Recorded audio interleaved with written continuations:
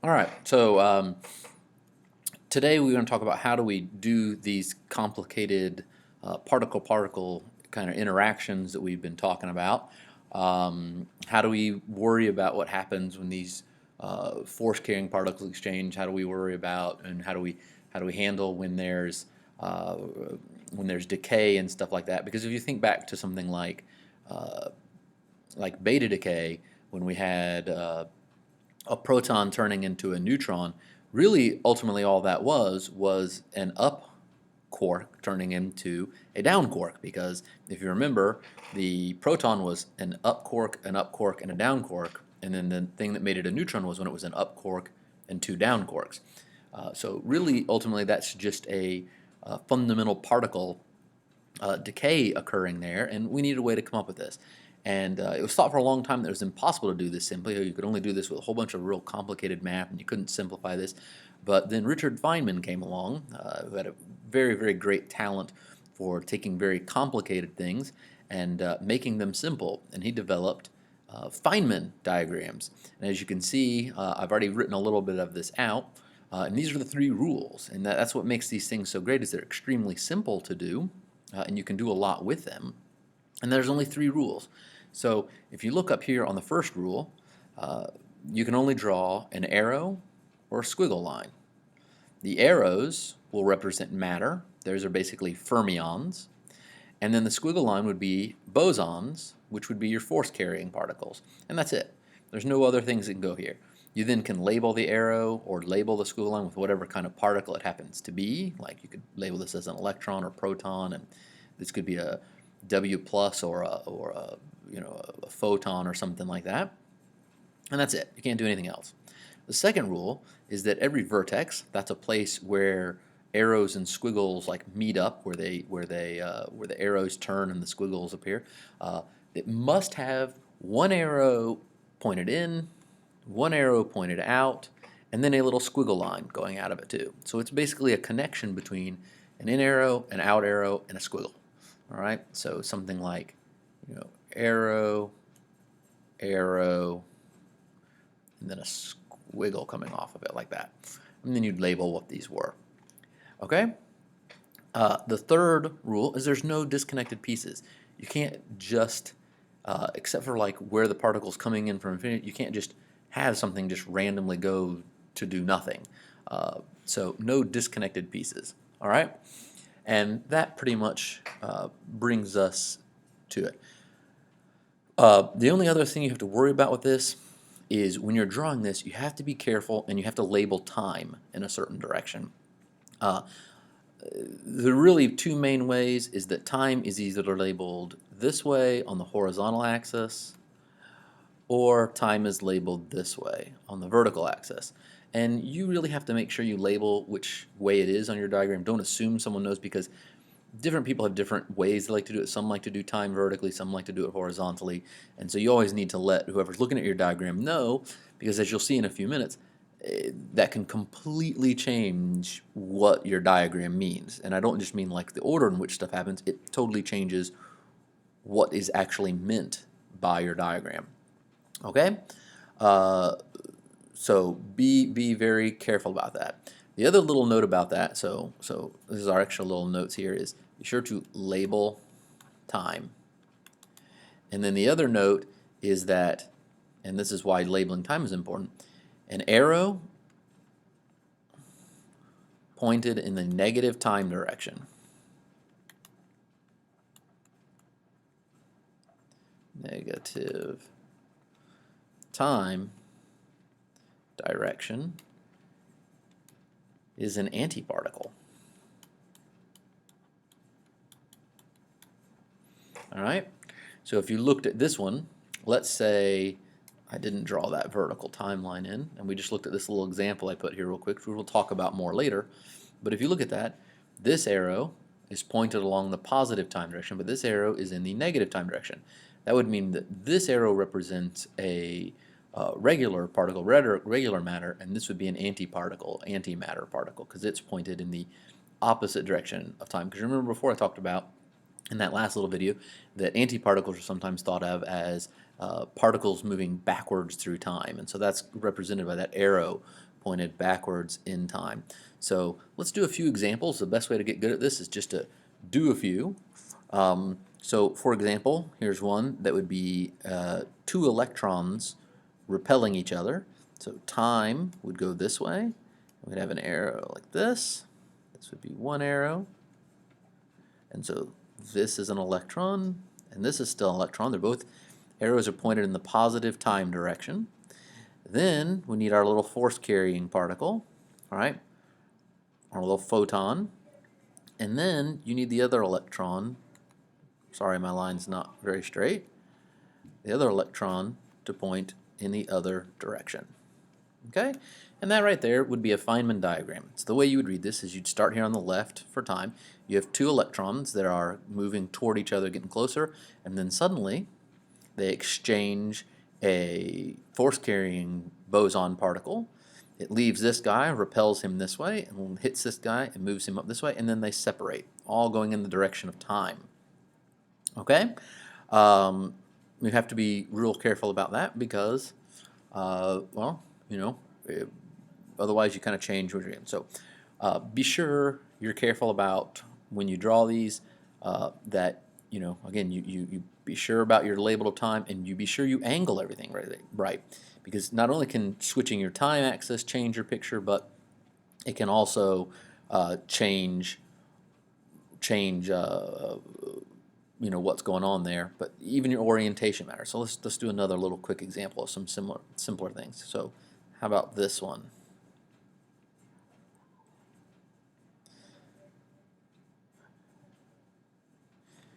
So let's look at this one. It's this one I drew up here, but we're going to label it here. Of course, time. I'll keep it going that way, time. But what is this one? If you look at it, we have some sort of antiparticle here coming in, and we have some sort of regular particle coming in this way. It's going the direction of time. And then we have this arrow pointing in the opposite direction of time, which means that as time goes on, we have a particle and an antiparticle separated, and they get closer and closer and closer until they touch, and they annihilate into some sort of boson, which, you know, would then carry that energy away. So that's this picture. What were to happen if I were to draw that same picture, but switch, oh, oops, that should have been a squiggle line.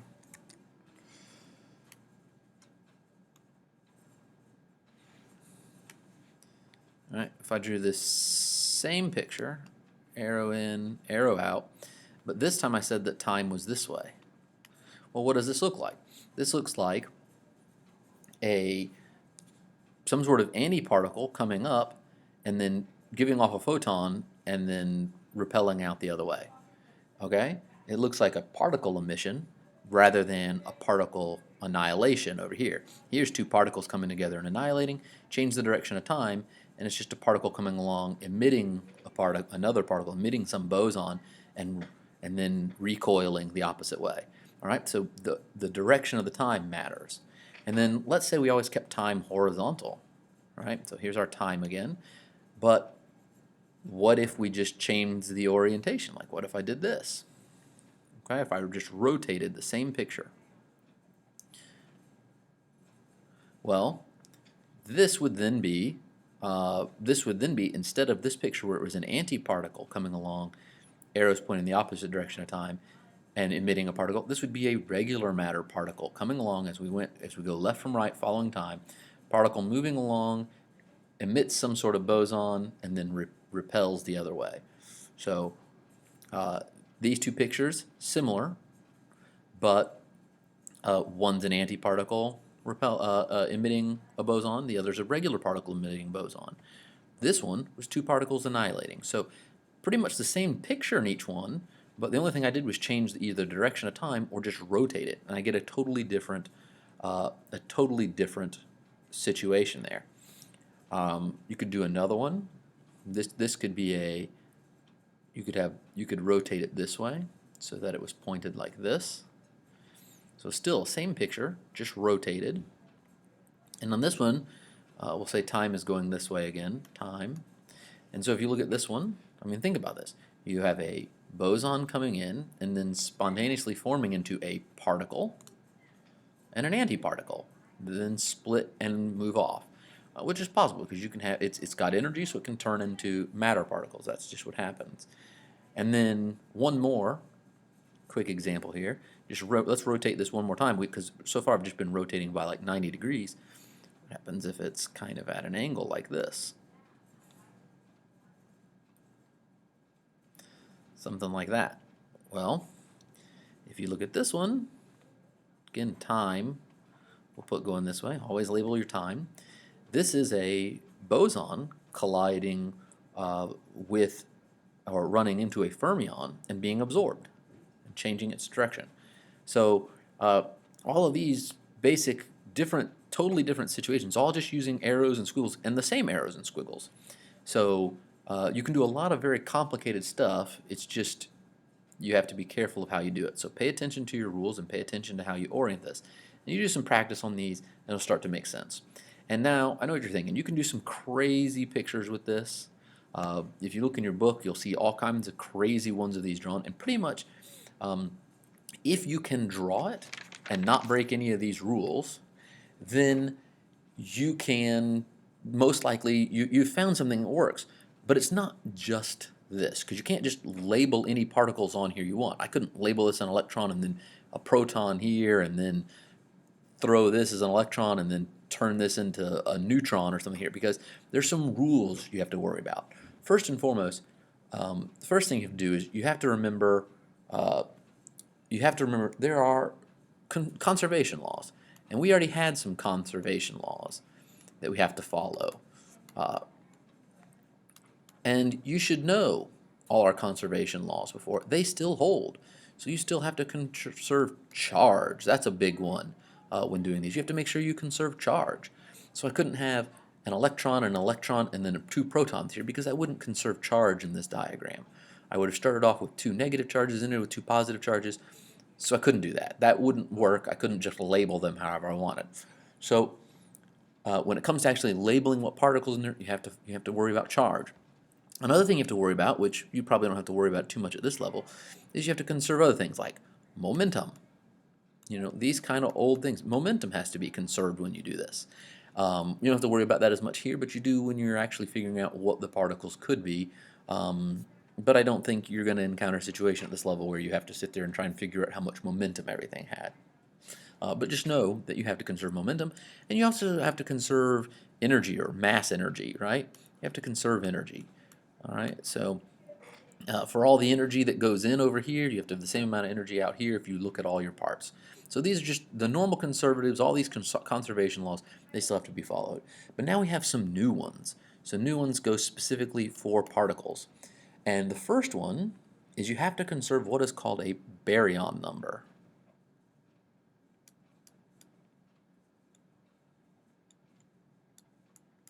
And this is labeled with a capital B. All right, all hadrons have this baryon number, and it's pretty easy to come up with. Essentially, quarks have a B equal to 1/3 plus 1/3, and then antiquarks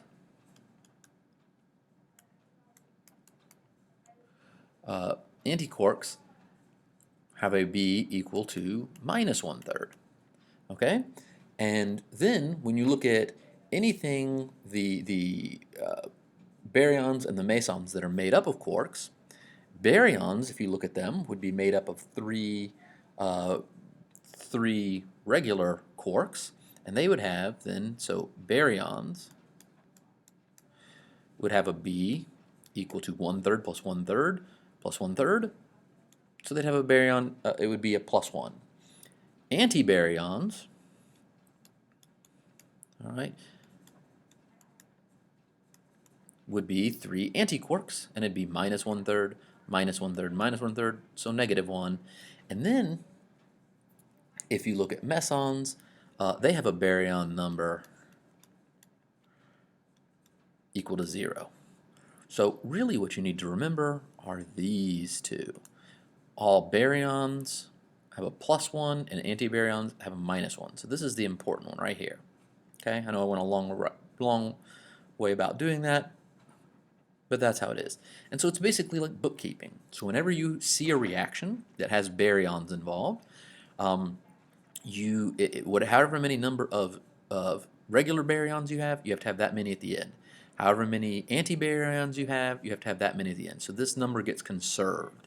That's essentially all this number scheme is saying here is you have to conserve that. If you're looking down at quark reactions, then you have to conserve the baryon numbers here. But since quarks never come individually, uh, this is really what you're looking at is doing this kind of thing. But you also should remember these baryons get these number because of these, okay?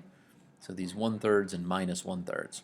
The second rule, and again, you do these rules just like you did charge. You just go around and count them all up and make sure at the beginning they equal what's at the end.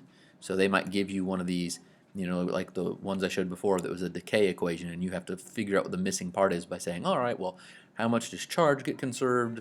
If this goes there, does it conserve charge? Does it conserve baryon number? Do I have as many baryons at the beginning as at the end, and that kind of thing. So again, it's bookkeeping. You just have to go through and take your time and check it. The second one is you must conserve lepton number. Okay, and so all leptons have a lepton number. Hence the name lepton number, and its variable or its symbol there is a capital L. And the way this one works is leptons, like your electrons and such. Just look back to our wonderful chart. I think that's, oh, I have it up here.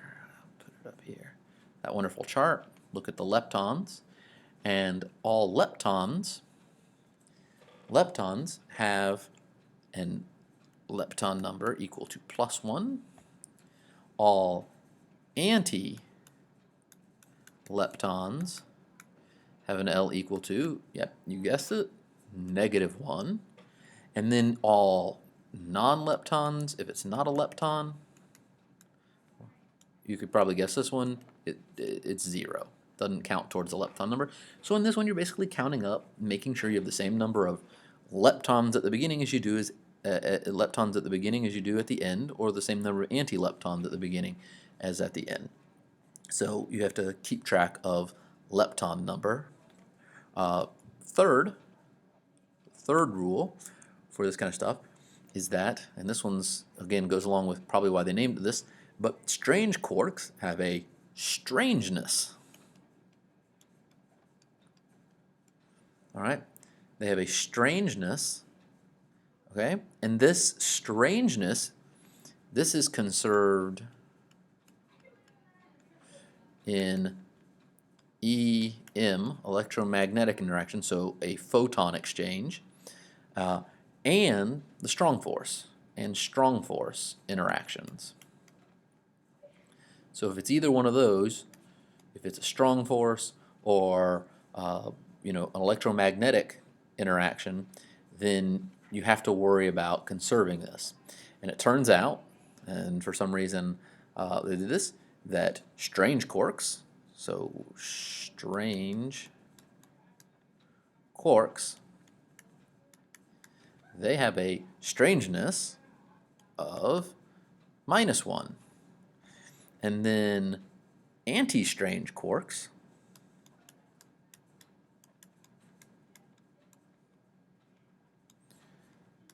they have a strangeness of 1, so +1. And then that's it. You just have to remember these three here combined with the other ones we had before, and you check and make sure that you're conserving all these things, and you're good to go. At this level, you really have to worry about charge, baryon number, lepton number, and strangeness. So these are the ones you really have to worry about. Not sure of a situation where they'd be, other than asking you, why did they have to have the neutrino in the beta decay, and that was to conserve momentum, other than some sort of conceptual question about it. I don't think you're going to have to worry about momentum so much. They may ask you if mass is conserved or energy is conserved, because remember, it's mass energy is conserved in an equation, in which case you just use Einstein's E equals mc squared. But other than that, it's all just bookkeeping. You go through, you do it, you worry about those numbers, you make sure that these all get conserved, and if you just go through and check them, I mean, the only way you can make a mistake is by not doing it right. All right?